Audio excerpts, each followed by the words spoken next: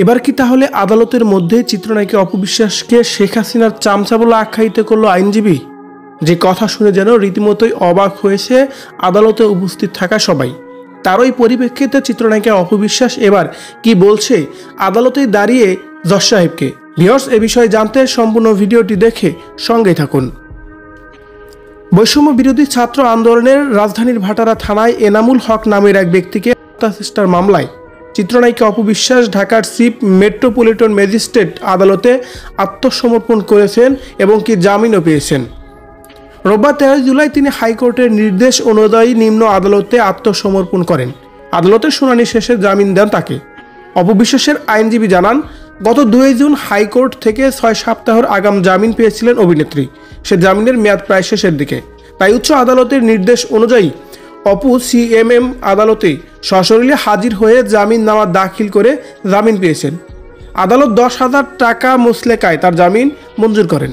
এদিকে শুনানিতে প্রথমে আদালত অপবিশ্বাসের কাছে তার বক্তব্য জানতে চান, কিন্তু তিনি মাথা নেড়ে কিছু বলবেন নাও জানান। এ সময় কাঠগড়ায় দাঁড়িয়ে অপবিশ্বাস হাসতেও থাকেন। তখন পাশ থেকে আইনজীবীরা বলতে থাকেন, অপবিশ্বাস ফ্যাসিস্ট হাসিনার সহযোগী, টাকার বিনিময়ে মঞ্চে স্টেজে ফ্যাসিস্ট শেখ হাসিনাকে এগিয়ে দিত। পরে অপবিশ্বাস বলেন, মহামান্য আদালত, আমি কিছু বলতে চাই। আমি একজন অভিনেত্রী, অভিনয় করার জন্য অনেক কিছুই করতে হয়েছে আমাকে। আমি রাজনীতি বুঝি না, রাজনীতি করতেও চাই না।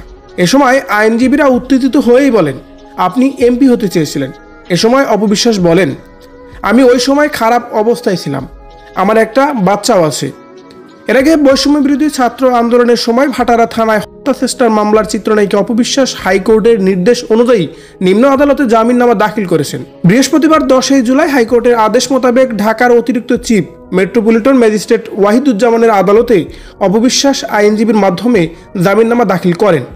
ভাটারা থানায় হত্যাচেষ্টার মামলায় চিত্রনায়িকা অপবিশ্বাস গত 2 জুন হাইকোর্ট থেকে 6 সপ্তাহের আগাম জামিন পান। জামিনের মেয়াদ প্রায় শেষের দিকেই, তাই উচ্চ আদালতের নির্দেশ মোতাবেক অপবিশ্বাস সিএমএম কোর্টে সশরীরে হাজির হয়ে জামিননামা দাখিল করে। এর আগে এ মামলায় গত 18 মে গ্রেপ্তার হন আরেক চিত্রনায়িকা নুসরাত ফারিয়া। গ্রেপ্তারের পর সারা দেশে আলোচনা সমালোচনা দেখা যায়। পরে 20 মে এ মামলায় আদালত তাকে জামিনও দিয়েছে। এদিকে মামলা সূত্রে জানা যায়, 2024 সালে 19 জুলাই বৈষম্য বিরোধী ছাত্র আন্দোলনের এনামুল হক নামের এক ব্যক্তিকে চেষ্টার ঘটনায় ভাটারা থানায় একটি মামলা দায়ের করা হয়। চেষ্টার ওই মামলায় আসামি করা হয় অপবিশ্বাস ছাড়াও চলচ্চিত্র অঙ্গনের আরো অনেক অভিনেত্রী ও অভিনেতাকে আসামি করা হয়েছে। আর মূলত এখানে বলা হয়েছিল যে বৈষম্য বিরোধী ছাত্র আন্দোলনের বিপক্ষে অবস্থান নিয়ে আওয়ামী লীগের অর্থের যোগান দিতই তারা, যার কারণে এই মামলা তাদের বিরুদ্ধে করা হয়েছিল। ভিউয়ার্স, আদালতে দাঁড়িয়ে যে অপবিশ্বাস কথাগুলো বলেছিল, তিনি কোনো শেখ হাসিনার পক্ষে কাজ করেননি। তিনি চাপে পড়েই শেখ হাসিনার সাথে যোগ দিয়েছিল এবং কি এমপি হতে চেয়েছিল। আর তার এই কথার পরিপ্রেক্ষিতে আপনি কিভাবে দেখছেন অবশ্যই কমেন্ট করে জানাবেন কমেন্ট বক্সে।